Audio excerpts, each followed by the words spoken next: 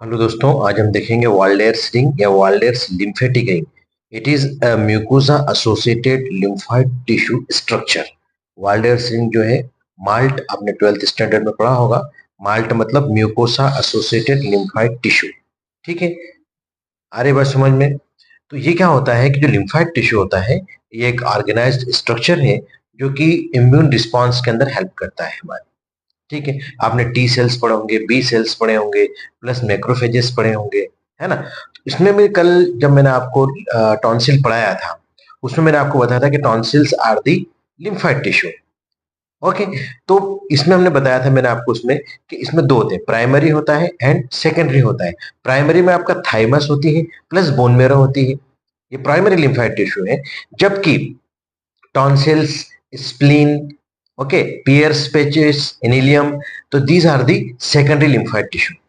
Okay, so हम Waldeyer's ring की बात करेंगे। मैं आज आपको डायग्राम नहीं बना के बताऊंगा क्योंकि मैं आपको फेरिंग्स के अंदर ही डायग्राम बना चुका हूँ, है ना। सुप्राहेड इनफाइड मसल्स पढ़ाई थी तब मैंने आपको डायग्राम बताया था। मैं टंग जब पढ़ाऊंगा तब भी आपको डायग्राम बना के बताऊंगा। ठीक है, ये डायग्राम बहुत ईजी है। ये मैं फिर से इसको रिवाइज करने की बजाय यहाँ पर मैं आपको सिर्फ हाईलाइट कर रहा हूँ कि देखो, हमने हार्ट प्लेट था हमारा, ये स्कल का पार्ट है। ठीक है, ये हमारा सेला टर्सी का है पिट्यूटरी ग्लैंड रखने के लिए। तो पूरा अपना इस बोन है, स्फेनाइट बोन वगैरह है। ठीक है, यहाँ पर स्टेकिन ट्यूब है। ये हमारा मैंडिबल का कट सेक्शन है, टंग है, ये हाइड बोन है। तो यहाँ पर हमको सुपीरियर कंस्ट्रक्टर की जरूरत पड़ेगी क्योंकि फेरिंग्स के वॉल बनाना है हमको। तो ये सुपीरियर कंस्ट्रक्टर है ब्राउन कलर से।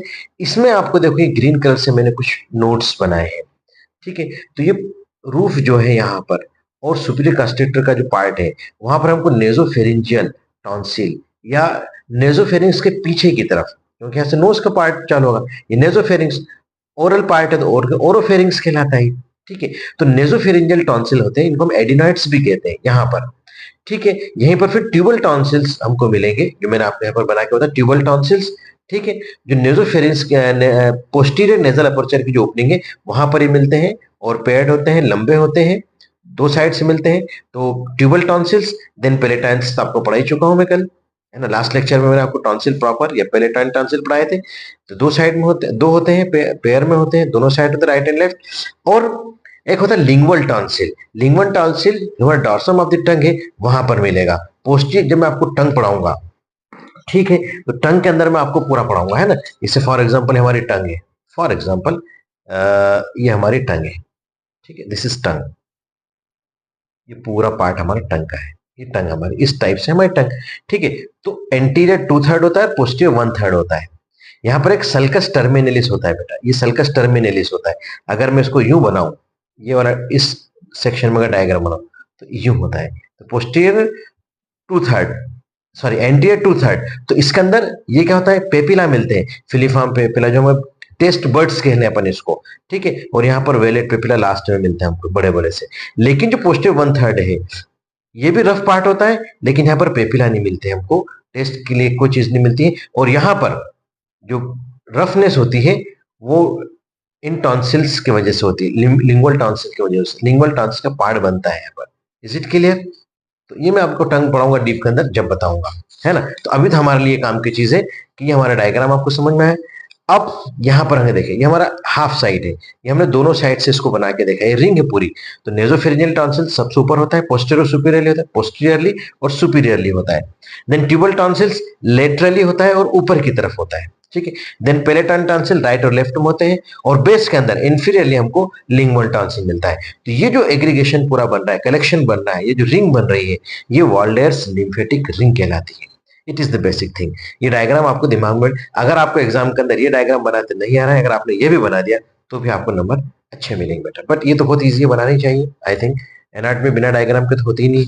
ठीक है, तो मैं आज सिर्फ आपको मेरे नोट्स बताऊंगा कि वाल्डेर्स रिंग जो है is a component of malt, means mucosa associated lymphoid tissue which is an uncapsulated lymphoid tissue। पूरी बॉडी के अंदर जितने भी लिम्फ नोड्स होते हैं वो कवर्ड होते हैं, कैप्सूल्स होते हैं उनके, लेकिन ये अनकैप्सुलेटेड लिम्फोइड टिश्यू की एक रिंग है।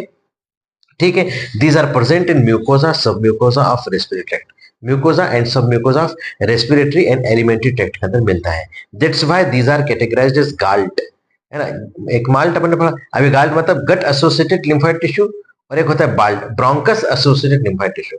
रेस्पिरेटरी से बाल्ट, और एलिमेंट्री ट्रैक्ट से गाल्ट। ठीक है, गट एसोसिएटेड एलिमेंट्री ट्रैक्ट हो जाएगा, और ब्रोंकस रेस्पिरेटरी तो गाल्ट एंड बाल्ट। तो ये ऐसा कह रहा है। एग्जांपल ऑफ माल्टे में क्या क्या होंगे? वाल्डेर्स रिंग ऑफ टॉन्सिल्स और पेरिप्रेसिस ऑफ एलियम, ये एग्जांपल इसको जाएंगे। वही सेम थिंग है ना, ये रिंग्स यहाँ पे रेस्पिरेटरी ट्रैक्ट से रिलेटेड हो जाएगा और ये एलिमेंट्री ट्रैक्ट से रिलेटेड हो जाएगा। Is it clear? Now functions क्या होता है माल्ट का? माल्ट का कह लो या वाल्डेर्स रिंग का कह लो, तो इनके जो फंक्शन, क्योंकि इनके अंदर क्या होता है, because it contains T cells, B cells and macrophages does have an important role in fighting infections, है ना, इन्फेक्शंस के अगेंस्ट लड़ने के अंदर ये मदद करते हैं। और इस तरीके से Waldeyer's ring is the first line of defence against pathogens entering through nasopharynx और ओरोफेरिंग्स। अगर नेजोफेरिंग्स और ओरोफेरिंग्स से कोई इन्फेक्शन आ रहा है तो उनको लड़ने के लिए जो फर्स्ट लाइन डिफेंस हमारी आ जाएगी, वाल्डेर्स रिंग आ जाएगी। Is it clear? Now components of Waldeyer's ring, इनके अंदर वाल्डेर्स रिंग के कंपोनेंट्स क्या क्या होते हैं? तो it is made up of 2 palatine tonsil, is it clear? Inpharynx, oropharynx, 1 nasopharyngeal tonsil near the junction of roof and posterior wall of the pharynx, 2 tubal tonsils laterally and above near the posterior nasal opening. Okay, सब बता चुका हूं आगे मैं आपको। 1 lingual tonsil on posterior 1/3 of the tongue. These all form the circle of lymphoid tissue which is known as Walder's ring. Okay, now applied aspect देखेंगे इसका हम। तो as it contains 4 tonsillar structures this plays important role in fighting against infections. पहला applied में जाएगा इसमें, they may become infected through virus और bacteria and may become inflamed. Viral और बैक्टीरियल इन्फेक्शन हो सकता है जिससे इनके अंदर इन्फ्लामेशन हो सकता है। क्रॉनिक इन्फेक्शन ऑफ एडिनॉइड्स में रिक्वायर सर्जरी। अगर क्रॉनिक रिकरेंट इन्फेक्शन हो रहे हैं या क्रॉनिक इन्फेक्शन इसके अंदर प्रेजेंट है एडिनॉइड्स के अंदर, तो हमको सर्जरी करना पड़ेगी। हाइपरट्रॉफी या इनलार्जमेंट ऑफ एडिनॉइड्स या tonsil may after the nasal passage, जब बार बार होगा तो क्या होगा, नेजल पैसेज ऑब्स्ट्रक्ट होगा and hence this may there may be dyspnoea, सांस लेने में तकलीफ हो सकती है, difficulty in breathing, dyspnoea, and may leads to nasal twang. Nasal twang समझते हैं आप लोग? नाक से आवाज आना, क्या करना मैं ना, ऐसी आवाज निकलेगी, मैं नहीं जा रहा, नाक से नेजल ट्वैंग। ओके, तो इट में लेस टू नेजल ट्वैंग। अब क्या होगा, अब आदमी जिंदगी भर ऐसी बात तो नहीं कर सकता ना, क्या करना, ऐसा नहीं कर सकता। उसके क्या करना पड़ेगा, बाय हम सर्जिकली इनको रिमूव कर देंगे एडिनॉइड्स को। ओके, ताकि वो ऑब्स्ट्रक्शन हटे, उसकी आवाज भी साफ आने लगे और उसको सांस लेने में दिक्कत भी ना हो। Okay, enlarged adenoids may lead to middle ear problem. ये मैंने कल आपको जब टॉन्सिल का जब भी बताया था, ग्लासोफेरिंजियल नर्व सप्लाई करती है, ओटेल्जिया होता है, बार बार इन्फेक्शन की वजह से मिडिल ईयर के अंदर ओटाइटिस मीडिया हो सकता है, ओटाइटिस मीडिया सपुरेशन कर सकता है, वहां पे ओटोरिया हो सकता है, मतलब पस डिस्चार्ज फ्रॉम द ईयर।